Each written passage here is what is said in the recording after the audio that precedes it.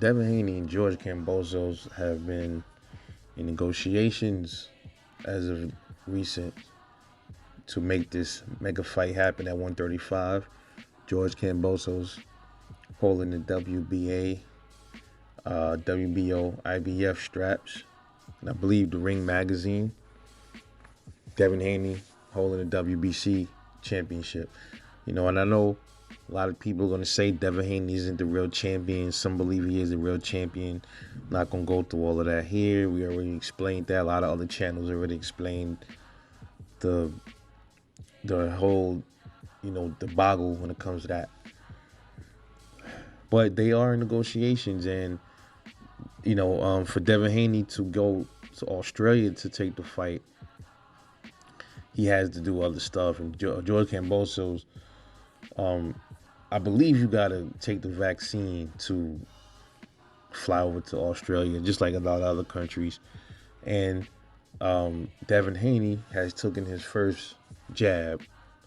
It's kind of sad, man, that people have to do this, man. I mean, and I'm pretty sure he probably wouldn't have took it if it wasn't for, Kambosos and his team holding most of the belts, so they're going to make most of the decisions on where the fight takes place. And they won it in Australia, and I'm sure they won it in Australia as well. So a lot of the judging can probably rule in their favor as well. We know how that go. But I'll get to that, to the solution to that in a moment. But he's taking the first shot, and it seems like he's not getting any real responses from George Kambosos, because he's like, listen, he tweeted, he said, hey man, I've held everything y'all asked me to do, and I'm starting to feel like you don't want the fight. So is George Kambosos getting nervous? Is he trying to back out of this fight? A lot of people believe that George Kambosos is a one-hit wonder, and that this fight was a fluke. Him beating Teofimo Lopez. And I kind of explained that I don't think it was a fluke that he beat Teo. Teo wasn't on his game. He wasn't on his best game at all. He wasn't on his P's and Q's. He took everything for a joke, and he got his ass whooped. That's what happened. But at the same time, I get what people are saying. I think George Kambosos' 15 minutes of fame is running out, and he knows it, because if he fights any of these other guys, I think they're going to smoke him. If he fights Tank, he gets smoked. If he fights Lomachenko, he gets smoked. If he fights Devin, I believe people think that Devin is the weakest link. And I think they think that, but at the same time, they're a little nervous about something with Devin, but I think they also think Devin probably is the weakest link. I don't know if they're trying to milk this whole thing and trying to get more money out of Devin. I'm not sure what's going on. But nonetheless, Devin is getting frustrated. He's pushing hard. And I would hate for this to just wither away and not happen. I'll be really pissed off if that took place. Me being that everybody's waiting for this fight. Everybody's waiting. So George Kambosos is the one that's really holding this thing up. Being a diva, like I said. So he's holding this whole thing up, being a diva. And the Devin Haney, what he's gonna have to do if this fight gets confirmed and gets signed, I said this in a prediction, he's gonna have to go over there, and I mean either one or two things. He's gonna have to go over there and knock him out cold, or just knock him out, get stopped, or just pummel him until the ref stops it, or he's gonna have to put on a super master class boxing clinic on George Kambosos. My gut telling me that he's gonna put on a master class and outbox the shit out of him. But then at the same time, I feel like if he does that, if he goes that route, they're gonna rob him and take his belt.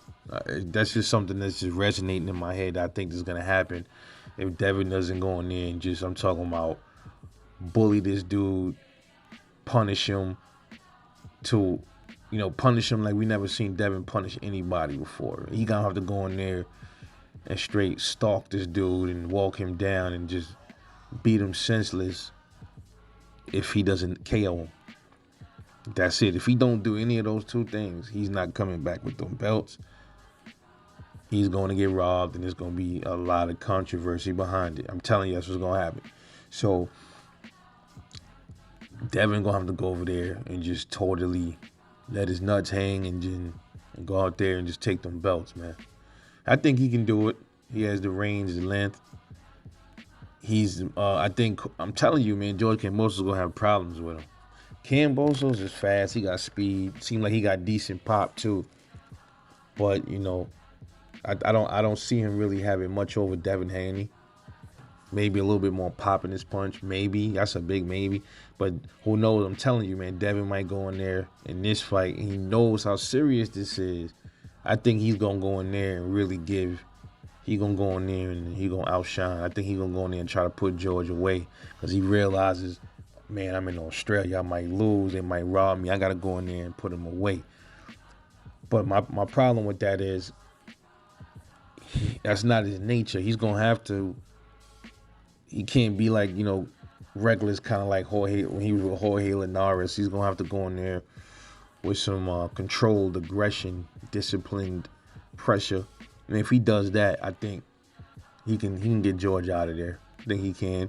He works on more of his power. I think he does have power. I just think a lot of people that really study and watch boxing, a lot of people, and I've been saying that I think the reason why Devin Haney ain't been showing a lot of power behind his punches because the way he's positioning his legs, and also like he doesn't stand. At times, he's not standing there planting his feet, and when he does plant his feet, he's not planting them in the right position to generate a lot of power. Go back and watch a lot of his fights. When it looks like he's ready to sit and throw, you'll see how awkward his legs is. And that's right there. That's the problem. I think that's one issue with Devin Haney. But hopefully they fixing that. They can go in there and get the knockout if this fight happens. If Kambosos stop bullshitting and they get in there, they finally tangle. But for right now, Devin Haney has said that he has done everything that they've asked him to do, all the requirements, the vaccine. He'll be getting his second dose probably before the fight so he can go over to Australia and other things and all the other terms that they put in there. He said he agreed and he's uphold his part of the bargain. And it seems like Kambosos is like, I don't know if they're not responding to him in a timely fashion or whatever, but he tweeted, he's like, yo, dude, I'm starting to feel like you don't want this fight. And if George Kambosos backs out of this fight, dude, and fights Tango or somebody, or I think it'll be Loma. It's not going to be Tango. It'll probably be Lomachenko if he doesn't fight Devin. That's an official duck, man. Official duck move. Ain't no other way around it. Can't be possibly telling me you want to be undisputed, but then you're going to fight Loma. And you like as if Loma's the bigger money fight. Loma has no belts. He has none of that. He has a loss on his record. 2 losses. Devin has none. Devin has the strap.